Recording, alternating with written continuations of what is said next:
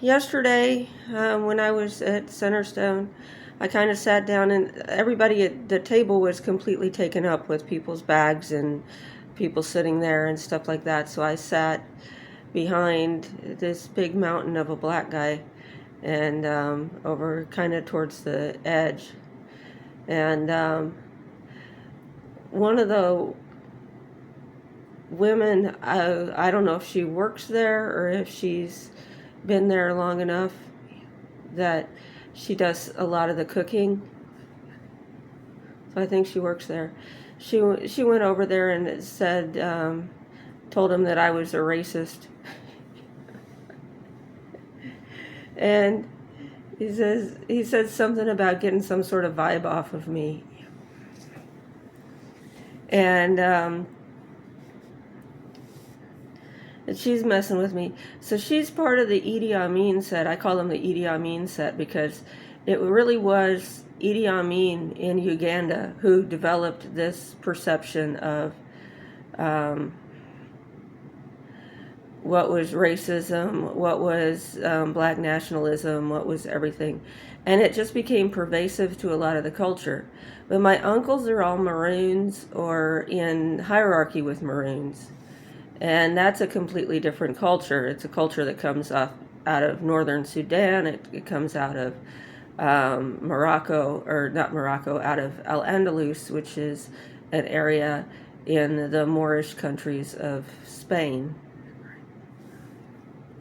And it comes out of American Indian traditions, the Toltec traditions, the Maya and Aztec, and all of that kind of thing. More Maya than Aztec.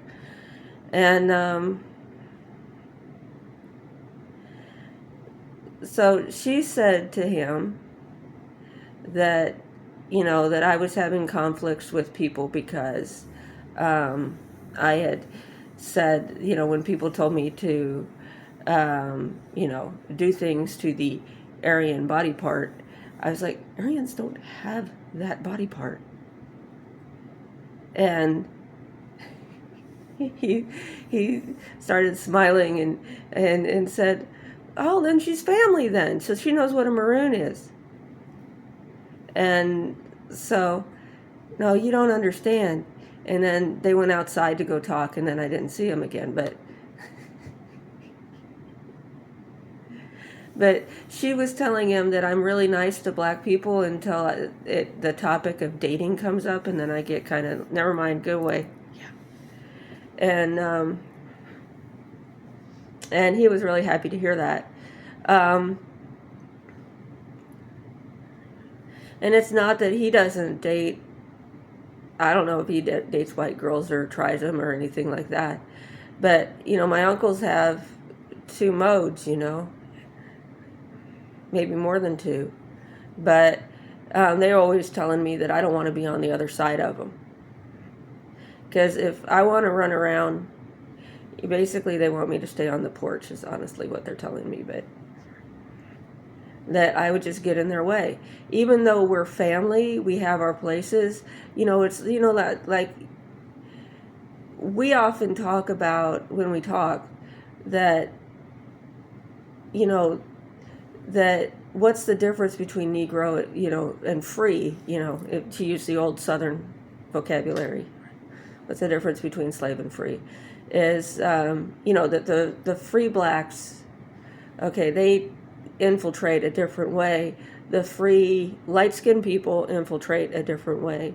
It's not always compatible how we work out, and they might be talking just as separatist as everybody else does, regardless of what they believe.